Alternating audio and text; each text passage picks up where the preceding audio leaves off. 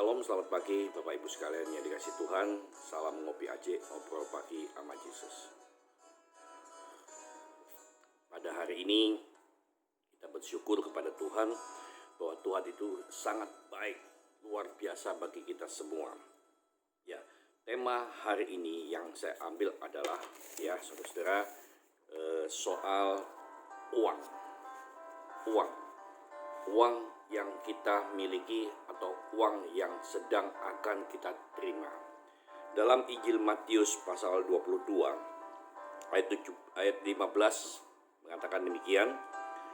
Kemudian pergilah orang-orang Farisi, mereka berunding bagaimana mereka dapat menjerat Yesus dengan suatu pertanyaan. Mereka menyuruh murid-murid mereka bersama-sama orang Herodian bertanya kepadanya, "Guru, kami tahu engkau adalah seorang yang jujur dan dengan jujur mengajar jalan Allah dan engkau tidak takut kepada siapapun juga sebab engkau tidak mencari muka. Katakanlah kepada kami pendapatmu, apakah diperbolehkan membayar pajak kepada kaisar atau tidak?" Tetapi Yesus mengetahui kejahatan hati mereka, lalu berkata, "Mengapa kamu mencobai aku, hai orang-orang munafik? Tunjukkanlah kepadaku mata uang untuk pajak itu." Mereka membawa suatu dinar kepadanya, maka ia bertanya kepada mereka, "Gambar dan tulisan siapakah ini?" Jawab mereka, "Gambar dan tulisan kaisar." Lalu kata Yesus kepada mereka, "Berikanlah kepada kaisar apa yang wajib kamu berikan kepada kaisar, dan kepada Allah apa yang wajib kamu berikan kepada Allah." Mendengar itu, heranlah mereka dan meninggalkan Yesus lalu pergi. Saudara-saudara yang dikasihi Tuhan, dalam hidup ini kita tidak pernah lepas apa yang disebut dengan uang. Kita membutuhkan uang ini, baik dari nilai yang besar sampai nilai yang terkecil. Nah, saudara, semua dibutuhkan. Yang besar mungkin sangat dibutuhkan untuk membeli sesuatu yang lebih mahal. Yang kecil mungkin kita hanya membutuhkan untuk sesuatu yang sangat kecil juga kebutuhan dan harga nilainya. Nah, saudara, banyak uang tidak menentukan kebahagiaan seseorang. Ada yang mengatakan demikian, banyak uang belum tentu bahagia. Banyak uang belum tentu juga membahagiakan. Bayangkan saudara-saudara, banyak uang belum tentu membahagiakan, apalagi tidak ada uang. Nah, saudara-saudara yang dikasih Tuhan, ketika Yesus dicobai dengan suatu pertanyaan, yaitu dengan suatu keadaan, bagaimana Yesus mengelola tentang uang, bagaimana Yesus mengerti tentang hal uang. Saudara-saudara, ini adalah suatu jebakan. Uang juga bisa menjadi suatu jebakan bagi kita semua. Saudara, Tuhan Yesus diberikan pertanyaan tentang masalah pajak, masalah uang, masalah apa yang dimiliki, setara juga dengan masalah apa yang menjadi keharusan. Keharusan mengelola uang ini milik siapa, uang ini diberikan pada siapa, uang ini bagaimana mengelola. Tetapi Tuhan Yesus menjawab dengan bijak dan betul-betul menjawab juga secara dengan realita. Saudara, sebenarnya kita juga harus memberikan jawaban kepada mereka tentang uang dalam gereja. Uang persembahan, uang perpuluhan, uang tantangan, uang diakonia, banyak sekali sebutan-sebutan yang ada dalam gereja, sehingga menambah input untuk dikelola oleh gereja. Padahal yang hanya diberikan oleh yang dianjurkan oleh Alkitab persembahan, tapi dimunculkanlah dengan sebutan-sebutan yang banyak, perpuluhan, persembahan diakonia, persembahan tantangan, janji iman, dan segala macam sebutan. Supaya jemaat memberikan uang dan uang itu dikelola tanda petik, saudara. Nah, saudara-saudara, yang pertama, uang itu memang diterima oleh kita jika kita bekerja atau melakukan sesuatu yang pantas untuk kita terima, yang disebut dengan upah. Uang itu diberikan kepada kita, menjadi hak kita karena kita bekerja, karena kita layak menerima, dan lain sebagainya. Nah, saudara, yang kedua, uang itu ada memang untuk kita miliki. Yang pertama adalah uang itu ada memang diberikan sebagai hak kita. Yang kedua, uang itu ada untuk memang kita miliki, artinya untuk kita kelola, untuk kita manage bagaimana keuangan itu dikelola dalam kehidupan kita sehari-hari. Ada yang dikelola untuk disimpan, ada yang dikelola untuk dibelanjakan, ada yang dikelola untuk hal-hal investasi yang lainnya, saudara. Ada juga uang yang dikelola yang diberikan kepada yang lain-lainnya. Nah, saudara-saudara, uang itu ada juga untuk dipersembahkan, misalkan persepuluhan atau hal-hal yang lain. Nah, saudara, dalam kehidupan ini, uang akan menjadi baik ketika itu disebut berkat. Nah, berkat ini jangan sampai, saudara, dalam tanda petik, secara pribadi kita menggunakan dengan sia-sia, menggunakan dengan sebagai hal-hal yang tidak baik. Nah, saudara, tetapi jangan sampai pada masa-masa sekarang ini, zaman sekarang ini adalah zaman masa pandemi. Ya, maaf bicara saudara-saudara, permisi. Gereja memaksakan jemaat yang juga sedang mengalami krisis keuangan, memaksakan jemaat yang sedang juga mengalami kebutuhan untuk uang, saudara, diberi. Ya, apa yang dimiliki oleh jemaat harus ya untuk dipersembahkan, saudara. Jemaat wajib untuk memberikan persepuluhan. Jemaat wajib memberikan suatu persembahan untuk pembangunan gereja dan lain sebagainya. Nah, ini boleh maaf permisi, ini adalah ketidakseimbangan. Saudara, pada saat jemaat membutuhkan sesuatu di dalam kehidupannya dan gereja punya, mungkin pada masa-masa sebelum krisis, gereja seringkali tidak peduli dengan kebutuhan jemaat. Maaf, ketika gereja menumpuk keuangan, ketika gereja sangat betul-betul ada banyak keuangan, saudara-saudara, dan pada saat itu jemaat membutuhkan sesuatu untuk keuangan, gereja sulit sekali mengelola, mengeluarkan, memberikan sesuatu yang baik untuk jemaat. Ini yang disebut dengan ketidakseimbangan karena uang. Nah, saudara-saudara yang dikasih Tuhan, jangan kita ini ya, ketika jemaat mengalami kesulitan, kekurangan, ya, maaf bicara, jangan ditakut-takuti. Ya, jangan ditakut-takuti. Kalau engkau tidak memberi kepada gereja, maka engkau tidak diberkati Tuhan. Sehingga kadangkala ketika orang itu mengalami masalah, lalu kita menghakimi. Tadi menakut-nakuti, sekarang menghakimi. Oh, itu karena kamu lupa memberikan persembahan. Ini tidak benar. Nah, saudara, sebab gereja atau suatu rumah Tuhan ya, mengelola keuangan, bagaimana memanage dengan baik supaya jemaat yang di dalamnya juga dipelihara. Sebagai domba, mereka juga harus layak diberi perlindungan. Domba-domba harus layak diberi makan di padang rumput yang hijau. Saudara, siapa yang mengelola? Para gembala yang punya hati yang baik, para gembala yang mempunyai hati yang luar biasa. Ingat, gereja harus menjadi solusi. Gereja atau pelayan jangan diukur. Gereja atau pelayanan, gereja atau dengan jemaat jangan diukur dengan uang. Saudara-saudara, ketika Yesus memberikan, kembali lagi kepada topik dalam Matius 22 ini, ketika Yesus diberi pertanyaan, Yesus ya mengatakan, ya, katakanlah kepada kami pendapatmu, ya, apakah diperbolehkan membayar pajak kepada kaisar atau tidak? Apakah diperbolehkan membayar pajak kepada kaisar atau tidak? Saudara, apa jawaban Yesus? Yesus mengetahui kejahatan hati mereka. Yesus mengetahui kejahatan hati mereka. Pikiran orang yang jahat selalu duit. Nah, saudara, orang yang jahat selalu mempunyai pikiran tentang uang. Mengapa? Karena bukan sebagai suatu kebutuhan, tetapi sesuatu yang ingin seolah-olah digambarkan, saudara. Nah, saudara, jangan bicara soal uang.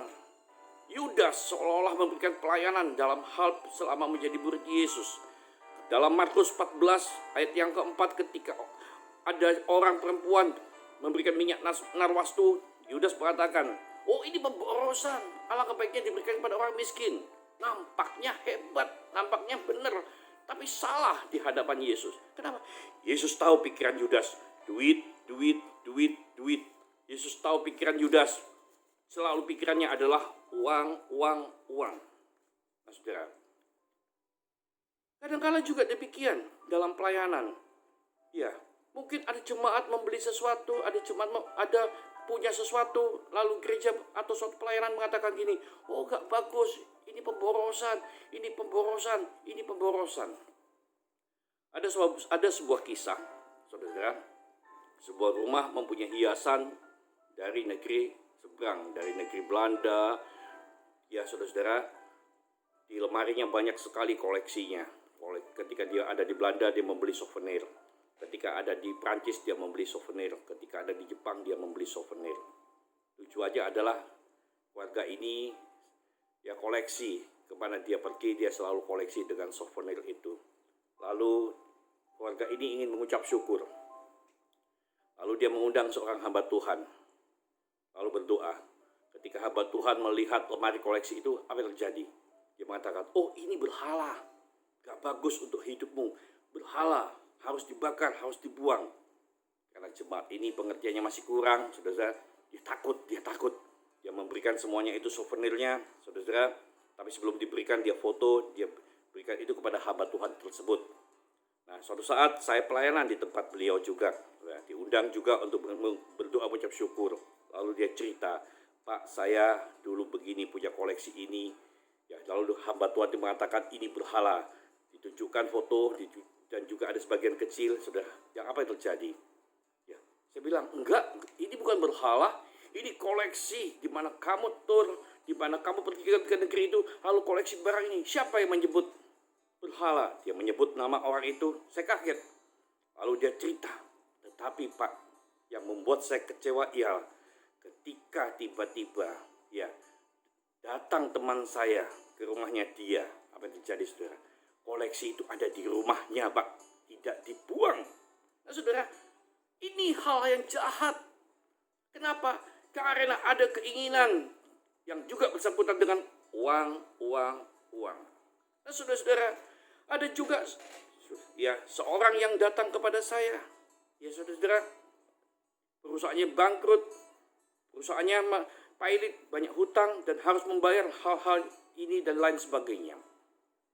Lalu dia berkata pada saya, Pak, saya ingin tanya kepada engkau, karena engkau juga hamba Tuhan. Banyak orang menjawab pertanyaan yang sama, ya saudara.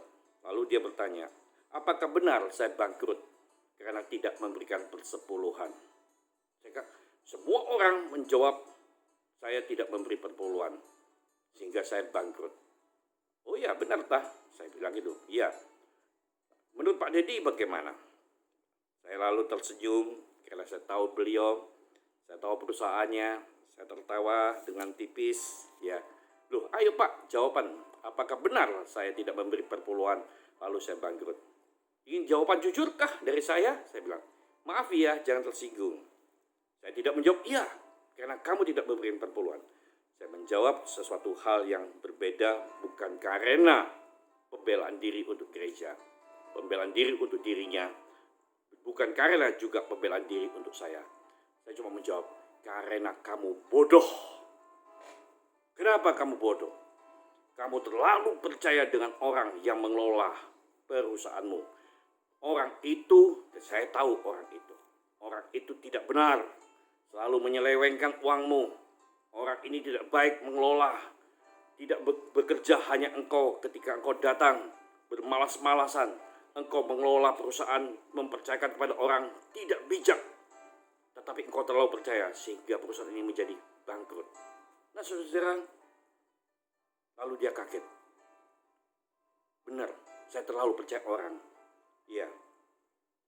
Lalu percaya orang. Dan dia mengatakan, baru kali ini saya mendapat jawaban yang berani. Saudara-saudara, jangan seringkali kita berucap, ya, karena perpuluhan, karena tidak memberi perpuluhan, karena tidak memberikan persembahan dan lain sebagainya. Ketika orang tersebut mengalami musibah, lalu kita mengecam, oh ini kualat. Jangan, saudara. Tuhan Yesus mengatakan, berarti pikiranmu adalah jahat. Kenapa, saudara? Ketika Tuhan menegur para ahli Taurat, para Farisi, Saduki, orang Israel yang lainnya, biji selasih kamu bayar, persepuluhan kamu ingat, tetapi firman Tuhan yang penting tidak kamu lakukan. Munafik. Matius 23 ayat 23. Saudara, berbicara tentang persembahan kamu lakukan, berbicara tentang hal-hal yang ini kamu lakukan, tetapi untuk membantu para janda, para miskin tidak kamu lakukan, disebut munafik.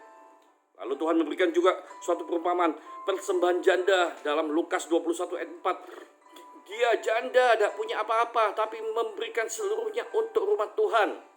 Tetapi orang yang mengelola rumah Tuhan punya banyak, tidak pernah memberikan persembahan seperti janda. Ini yang dimaksud dengan Tuhan. Saudara-saudara yang dikasih Tuhan. Sebab itulah Tuhan Yesus menjawab, ya, mengapa kamu mencobai aku, hai orang-orang munafik? Mengapa kamu mencobai Tuhan? Mengapa kamu berbicara biji selasih yang dibayar, tetapi firman Tuhan yang penting tidak kamu lakukan? Saudara, Yesus berkata, mengapa kamu mencobai aku, hai orang-orang munafik, hai orang-orang yang berpikiran jahat, hai orang-orang yang selalu berbicara uang, uang, uang. Nah, saudara-saudara, lalu Tuhan berbicara, tunjukkanlah kepadaku mata uang untuk pajak itu. Pada saat itu mata uang dibuat, ditempa, ditulis, dan ada gambar kaisar. Mereka membawa 1 dinar kepadanya. Maka ia bertanya kepada mereka, gambar dan tulisan siapakah ini? Jawab mereka, ya saudara, gambar dan tulisan kaisar. Lalu kata Yesus kepada mereka, berikanlah kepada kaisar apa yang wajib kamu berikan kepada kaisar. Artinya, kalau memang uang itu memang khusus untuk diberikan sebagai pajak, berikan sebagai pajak, jangan ditunda. Kalau memang itu diberikan sebagai persembahan, berikan sebagai persembahan. Tetapi kalau persembahannya kurang, jangan dipaksa orang itu memberikan kembali. Saudara-saudara, seringkali kita ini dalam pelayanan mengatakan, wow, kamu diberkati ya, punya rumah yang mewah, punya rumah yang wah. Ya, bisa sana pergi sini. Masa sih kamu gak peduli dengan gereja? Saudara, ini namanya mengemis. Maaf, tidak baik dan tidak bijak. Nah, saudara-saudara yang dikasih Tuhan, lalu Tuhan mengatakan, ya, apa yang kamu beri, ya, berikan kepada kaisar. Kalau itu memang tulisan dan gambar kepada kaisar. Saudara, artinya tuntunlah jemaat untuk memberikan persembahan kepada keadaan yang benar. Maaf, saya lebih senang sekali kalau memang jemaat memang tidak punya sesuatu untuk diberikan. Jangan dipaksa diberikan. Berikanlah kepada mereka untuk mereka hidup dengan baik. Janganlah kita ini memaksakan hidup mereka, hidup jemaat, hidup para domba, ya, untuk memberikan hal-hal kepada gereja. Dalam kitab Esra, persembahan pembangunan rumah Tuhan mereka lakukan dengan sukarela. Jemaat Israel, karena begitu diberkati Tuhan, mereka hatinya tergerak dan mereka memberikan persembahan dengan sukarela, bukan dengan paksa, dengan suka tapi tidak rela, atau tidak suka bahkan tidak rela. Saudara-saudara, mari saudara-saudara yang dikasih Tuhan, apa yang mereka punya berikan kepada kaisar. Pajak berikan, memang harus kita bayar pajak. Ya, kalau kita tidak ingin mau membayar pajak, janganlah beli sesuatu yang mengandung pajak. Belajarlah mengelola keuangan itu dengan baik. Nah, saudara-saudara, lalu apa kata Tuhan? Ya, dan kepada Allah apa yang wajib kamu berikan kepada Allah, dan kepada Allah apa yang wajib kamu berikan kepada Allah. Ingat, perkataan Yesus tentang yang berikutnya ini bukan soal uang. Saudara, bukan soal uang. Jangan dipaksakan perkataan Yesus, jangan disangkut pautkan perkataan Yesus dalam hal ini bukan tentang uang. Seperti dikatakan, apa yang wajib kamu berikan kepada Allah, berikan kepada Allah. Sudah. Kenapa? Kalau uang disebut dengan gambar dan tulisan, ingat, kehidupan seseorang, kehidupan rohani, kehidupan orang percaya adalah gambar dan tulisan Tuhan. Gambar dan tulisan Allah. Orang percaya adalah image of God, citra Allah dalam kehidupan. Sebab itu tuntunlah jemaat untuk memberikan persembahan kepada Allah karena ia gambar dan tulisan Allah, yaitu hidupnya. Sekali lagi, tuntunlah jemaat untuk memberikan persembahan pada Allah karena ia gambar dan tulisan Allah, yaitu hidupnya, tubuh, jiwa, rohnya, citra Allah. Bimbing mereka untuk mengerti sebagai citra Allah. Bimbing mereka untuk mengerti sebagai gambar dan tulisan Allah yang hidup, yang ditebus oleh darah Kristus di atas kayu salib, yang sudah menjadi milik Kristus, yang sudah dibeteraikan oleh firman dan Roh Kudus. Ya, bimbing mereka, ya saudara, untuk memberikan persembahan hidupnya. Roma 12 katakan, persembahkanlah hidupmu. Bahkan dikatakan di dalam 1 Petrus, saudara, 1 Petrus 2 ayat 5, dan biarlah kamu juga dipergunakan sebagai batu hidup untuk pembangunan suatu rumah rohani bagi suatu imamat kudus, untuk mempersembahkan persembahan rohani yang karena Yesus Kristus berkenan kepada Allah. Hidup yang dipersembahkan, saudara. Hidup, image of God, gambar Allah, tulisan Allah dalam hidup orang percaya dipersembahkan untuk pembangunan rumah rohani. Ini yang lebih diutamakan daripada soal uang. Nah, saudara,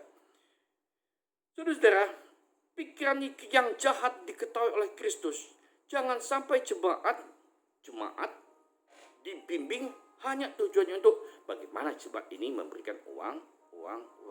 Tidak. Mereka jemaat bukan sapi perah, tapi jemaat adalah domba Allah yang harus kita gembalakan. Sebab Yesus mengatakan, ya saudara, kepada Petrus, apakah kau mengasihi aku? Apakah engkau mengasihi aku? Apakah kau mengasihi aku? Tuhan Yesus mengatakan, gembalakanlah domba-dombaku. Gembalakan dengan kasih seperti Kristus. Gembalakan dengan kasih yang luar biasa. Gembalakan dengan kasih yang penuh dengan kerelaan, bahkan dengan kematian Kristus dan juga kematian hidup kita di bawah kaki salib Yesus. Ya sudah. Kalau kita hanya melulu soal uang, maka kita sama seperti Yesus yang katakan pada mereka, pikiran jahat dan munafik. Tetapi saudara, memang kita butuh uang, sangat butuh. Siapapun, selama mereka masih manusia, masih perlu uang. Tapi marilah kita bijak-bijak memberikan sesuatu hal yang baik, mengelola semuanya dengan baik. Sebab kalau kita melayani dengan baik, Tuhan berjanji dalam Mazmur 23 ayat yang ke-6. Kebajikan kemurahan belaka itu akan mengikut aku seumur hidupku. Kebajikan dan kemurahan belaka akan mengikuti aku seumur hidupku.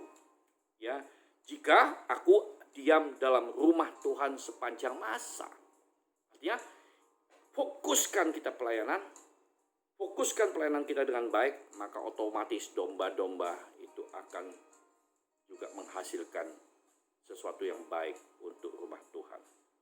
Saudara-saudara yang dikasih Tuhan, jangan bicara soal uang, tapi bicaralah soal kebenaran Injil. Bicaralah tentang bagaimana jemaat itu adalah image of God. Bagaimana jemaat itu adalah gambar dan tulisan Allah yang luar biasa.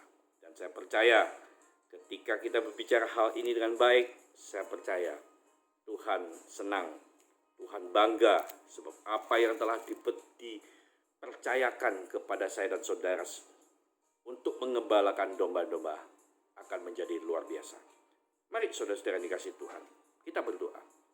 Bapa yang baik dalam surga, yaitu dalam nama Tuhan Yesus Kristus, kami memang membutuhkan uang. Tetapi ketika Engkau memberikan kami uang sebagai berkat untuk kami membeli sesuatu atau mengelola sesuatu, percayakan kami uang itu untuk kami kelola dengan baik.